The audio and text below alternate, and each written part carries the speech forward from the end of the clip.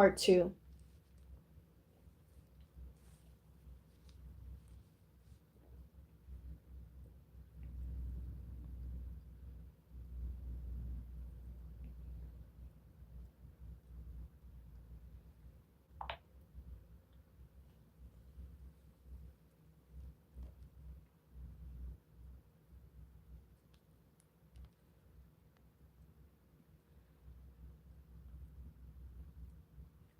I believe the soul, I believe Father is calling us back to the beginning. I believe He's calling us back to the first, the original, Adam and Eve, the complex.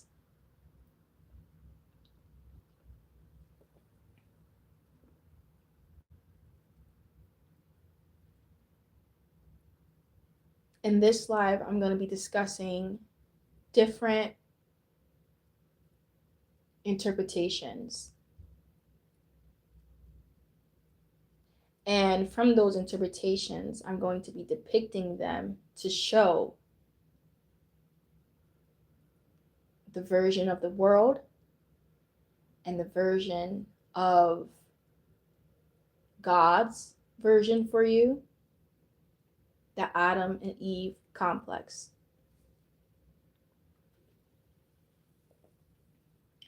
On top of my head, I think of marriage. Marriage in this world. Yeah. Marriage here is primarily validated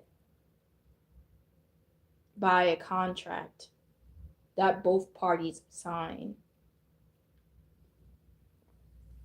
as well as the courts,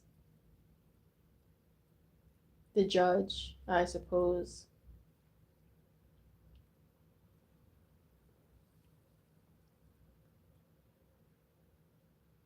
And you can get financial gain from it or you can lose from it.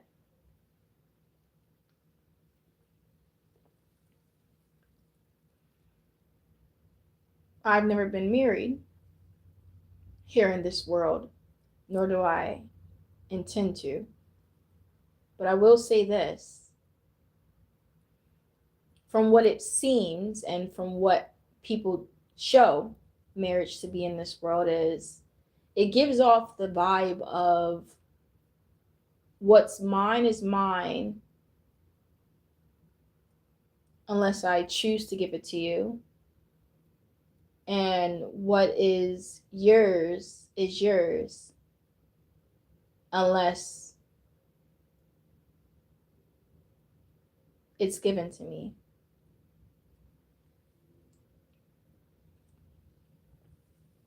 Unless I take it from you. All that's wrong. All of it's wrong. Because already there's division. There's a line crossed in between us, showing that you have things and I have things, but we don't have things.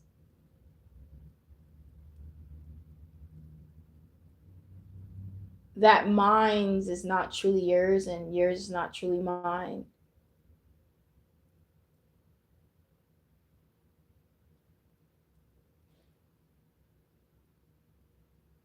The Adam and Eve complex in marriage is everything was given to them. Nothing was ever just theirs to give.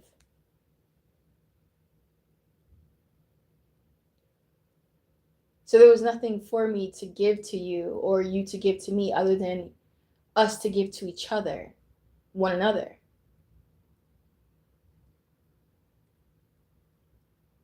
God created everything for us. It was free. It wasn't for me to claim or for you to take or for you to give to me. It was given to us, for us.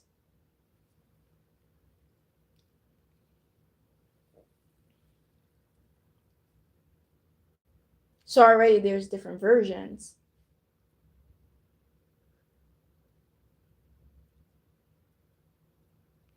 What he has joined wasn't a contract. He didn't join us in contract. Now, if you want to depict it, okay. But truly, there was no contract. The moment that he took me from the man was the understanding that I was created by man. He was created by me. Like, we come from each other. That was the understanding. That was the joining.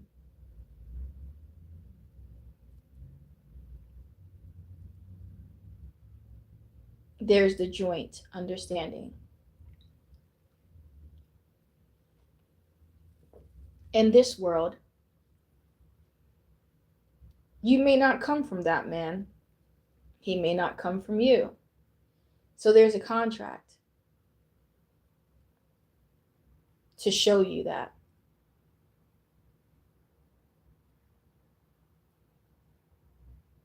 To show you the different versions.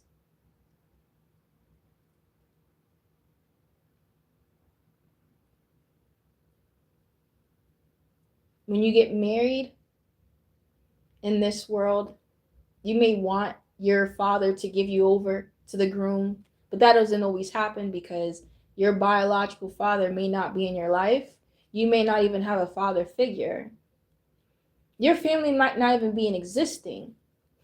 So many different things, but in the Adam and Eve complex, God is the one that gives you over. God is the one that gives his daughter over to his son, to the groom. Father is the one that creates him for you and her for you.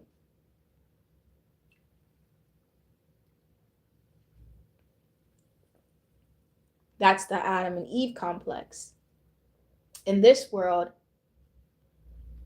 we choosing. We're saying, I got you and I'm ready to go. That's it. God did not ordain it. No, we took control. And we're out here searching and choosing what is, from what our understanding is acceptable to us. And even in that moment of time, because you can wake up tomorrow and just hate the other person that you're with. Or wake up and don't realize what you just did. Or wake up and not even understand what made you marry this person.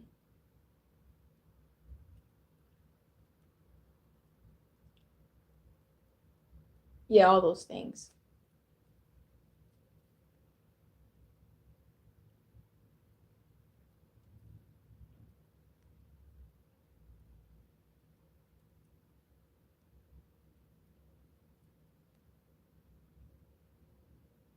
The only way that you know that you're marrying or you're with someone that is from God or your soulmate.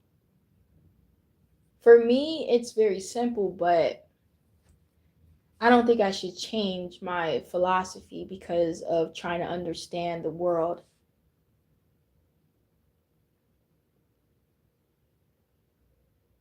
But I feel like I do know that everyone's the same, meaning I'm not from this world. You may be from this world. And the things that he may present to you, the people, the things, may be different because I might not get the same things you get in this world. Not to say that they're not from God. Who am I to say that what you receive is not from God, or the person that you're with is not your soulmate? Who am I to say that? So I don't want to twist what I'm saying. I want there to be a clear understanding that what I'm speaking is what I believe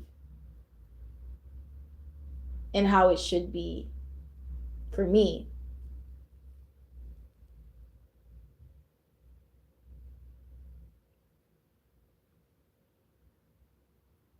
When it comes to marriage, I prefer my father to give me over to my groom, my man.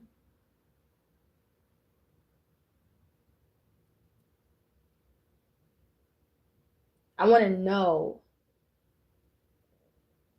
that I have my father's blessing. I want to know that this man was for me, always been.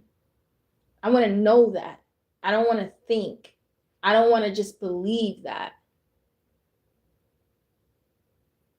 I don't want my eyes to deceive me and my heart to deceive me. Because there's a lot of individuals that have tongues like honey, sweet. A lot of individuals that are like serpents, very slick and tricky.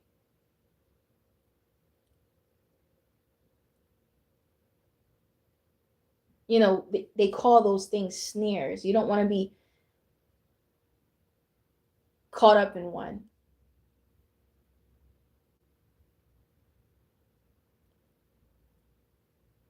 And it's not even just a fear. I'd prefer for God, as you know it, my Father, to hand me over to my companion, to my friend. That's the other thing. I'm not marrying a stranger. We've known each other before. We've known each other. Yeah, we may not have been with each other for a while, but once I come back into this place where we are like a reunited,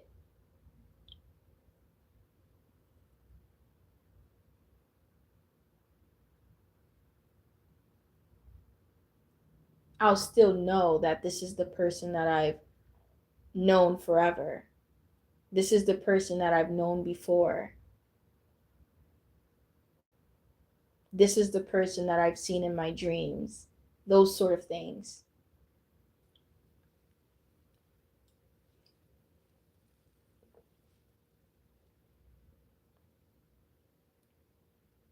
So that's another way I see the Adam and Eve complex.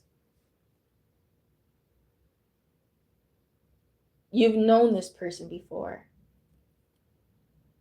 Yeah, we're in a physical body, so we're meeting people we think for the first time because we've never maybe seen them in this sort of body before.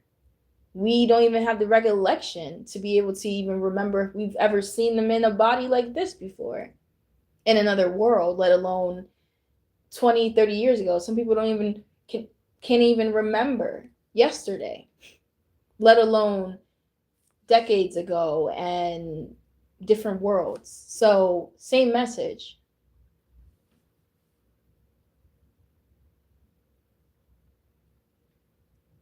But in my soul, I know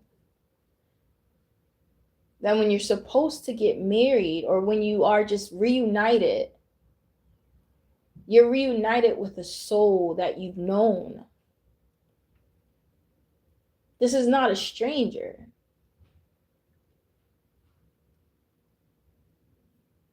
This is not an enemy.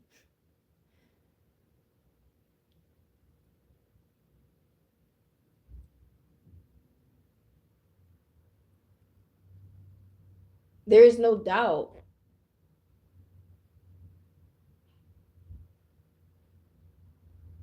You're getting married. I don't even like the word married, really.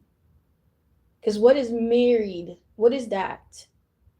Reunited. When you're reunited with your other half, with your soul, with your spirit, That's ordained by God. Only God can do that. Not a contract. Not a physical judge. Not under a church. Nothing here can do that. When you're doing it here, when you're doing this marriage thing here, it's all financial. It's just systematically financial for both parties, and to just have things written. But you can have things written regardless if you're married or not. So what is the real point of marriage here then? I can be with you, you can be with me, and we can buy property or whatever and still have it in contract. Don't have to be married. People do business all the time, whether you call it business or not. The point is that what is marriage in this world? Without, I'm saying all these things, and then you ask, what is marriage? But I've given you the answer. Now here's the quiz question. What is marriage here in this world? Another thing, you may do it because it's flattering to the person, to the people. Who are the people, right? There's another quiz question. Who are these people that matter that much, that you're willing to put your name on a dotted line and sell your assets, if you even have any, because we really shouldn't. What possessions am I really having for us to even get married? Because if you're getting married for assets and money, baby, I don't have anything. And most people are looking to marry for benefits. Do you understand me? Without saying it, I'm saying it. What is marriage? Because I don't have anything. So do you still want to sign this contract? For what, right? For what? What's the point? Exactly. If we're going to live our life, if we're going to travel, if we're going to have fun, if we're going to enjoy ourselves, let's do it. And you know what? When it's time to ask for guidance, and it's time to ask for approval, and it's time to make a promise, and it's time to just speak to the Father, we speak to the Father about it. We ask my Father. We pray to the Father. We thank the Father because He's with us wherever we go, right? He's in us, right? We don't need anything outside to validate, to show our love, the way you care for me, your devotion, your promise, what you'll do for me, what you have plans for me. He has plans for us. He has plans for me, but there's no contract. There's no dotted line. It's in His heart. It's in your heart. Shouldn't it be in your heart? Am I in your heart? Why is there a ring? Why is it there's this? Why is all these things needed, necessary? I'm saying, why is it necessary? If you want it, then have it. But this is my book, right? So why is it necessary in my book? It's not. It's not necessary to have a ring. What is a ring, really? Other than it being rubies and diamonds, other than it being jewels, what does it signify? To look pretty?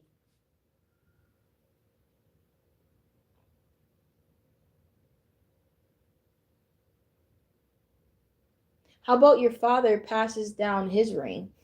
How about my father give you one of his rings to give me? How about that? So it could be a family heirloom. So it could be treasure, true treasure, meaningful. How about that? You see, again, the Adam and Eve complex, He has given them everything. And what He has given, they'll use. It is theirs to keep.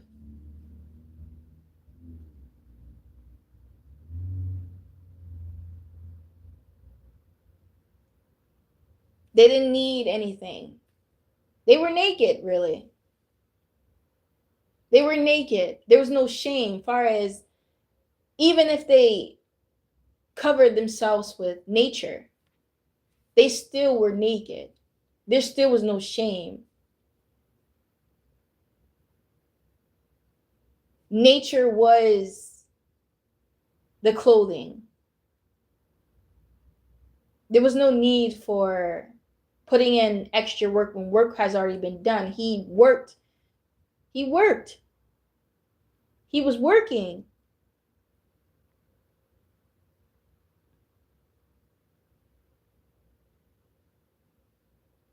That's the Adam and Eve complex. That's why it's so powerful to relate back to them, the beginning.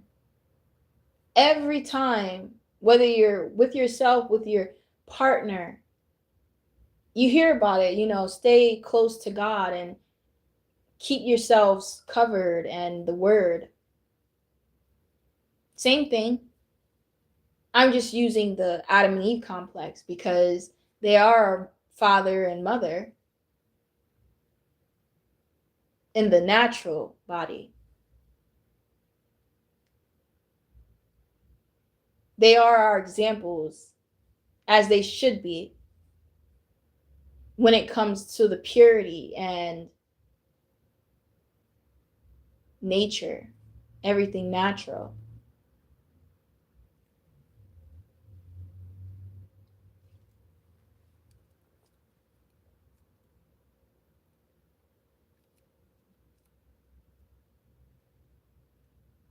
It was simple.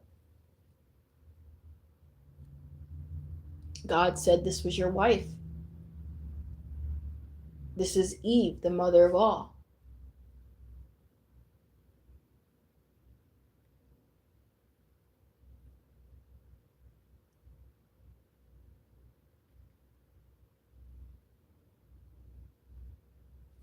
Simple, right?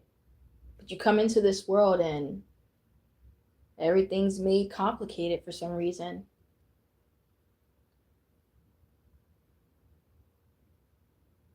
Now people are, there's troubles that come from it. Now people are hiding things. Not truthful. It could be simple if there was nothing to hide. If there was nothing to possess. I don't need nothing from you. I just want you. Just the same, you should not need anything from me. Just me.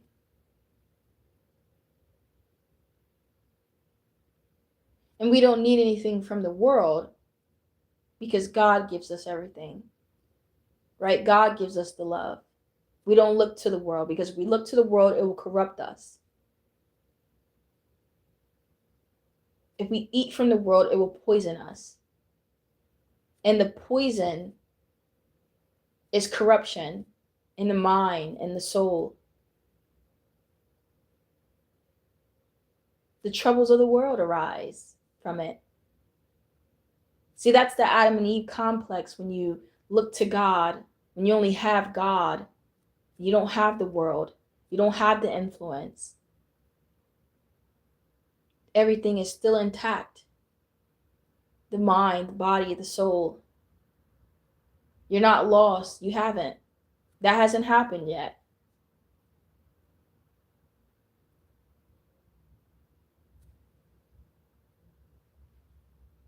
But when we look to the left and we look to the right, instead of staying straight, what happens? We get distracted.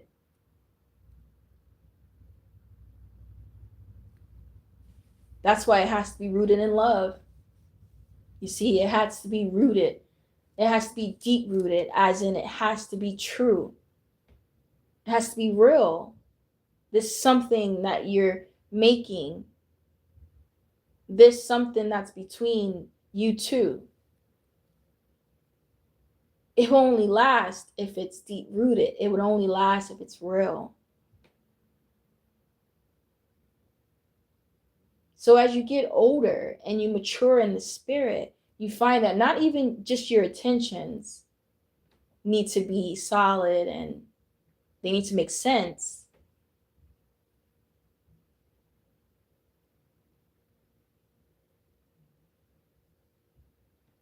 But that you need to be honest and open, right?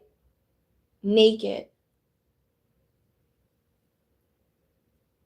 The Adam and Eve complex. You need to be naked among that person. No shame, nothing to hide, everything bare. You have to start somewhere, and wherever you do start, though, it needs to be true, it needs to be real. And the ways you know that it's not real, or you're not living in the truth, is when you can't be honest with a person. When a person that you love, or a person that you want to love, or a person you think you do love, why am I not open with them? Why am I not being truthful? Even if they're giving you a reason to be, why can't you be? When you're open and honest with your significant other, with your partner, with your companion, with the one that you're choosing to share your life and your energy with,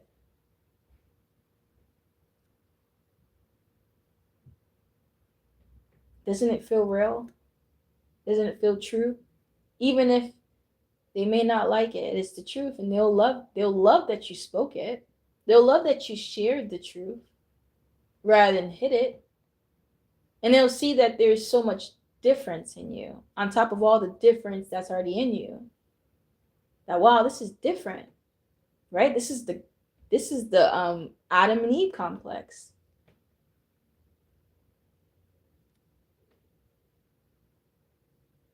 Because there was no reason to lie. There's no reason to lie. And for some reason down here, we tend to lie to our loved ones. Everything's twisted down here.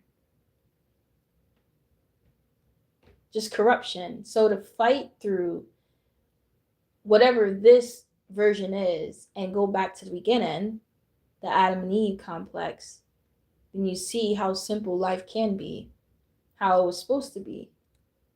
Not just for you, but for your other person. And see how life looks through those lenses and how it feels to just be honest with a person, right? To say, oh, I ate from that tree. Yeah, I had a taste. You learn from it, you grow from it. You tell the person so that you can warn them and they know. So many things you can get from it by just being truthful. I believe in truth, so I know truth can't do no wrong. I'd rather feel the emotions from truth than the emotions from lies and things that are hidden, rather than, I'd rather see the things, I'd rather see it.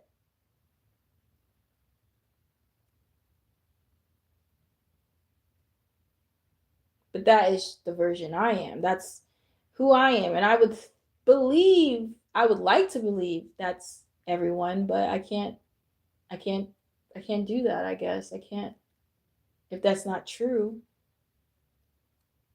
I don't know. I would like to believe everyone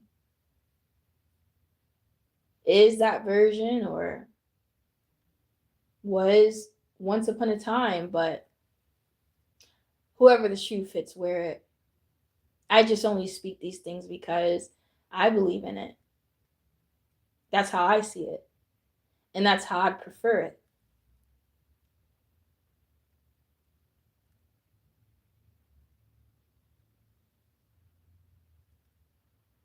That's how I'd want to live. Like the Adam and Eve complex, where we use what we've been given, nature, and then we can create from it but only to give back to it. And giving back to it only adds to our life, right? It adds to nature. It adds, right? The truth can't do no wrong. It only adds to you and to the person to be more trustworthy in them. That money can't buy. To have that connection with a person, you wouldn't want to trade that. You wouldn't trade it. You wouldn't need to and you wouldn't want to. Simple.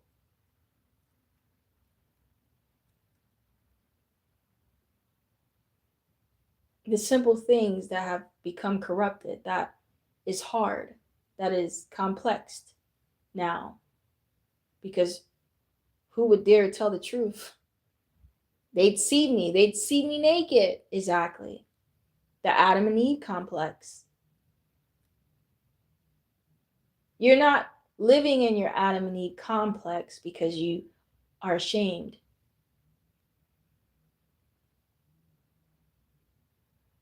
You hide. You lie.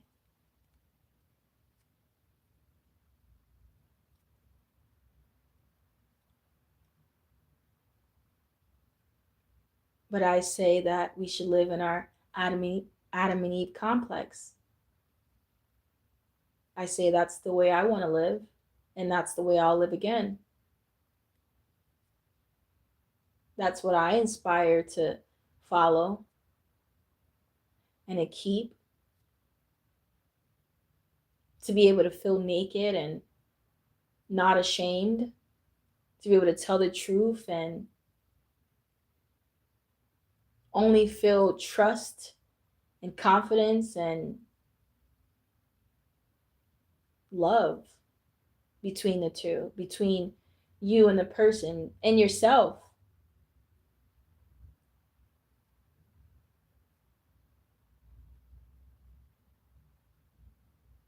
So that is the different worlds that we're living in. That is the different versions.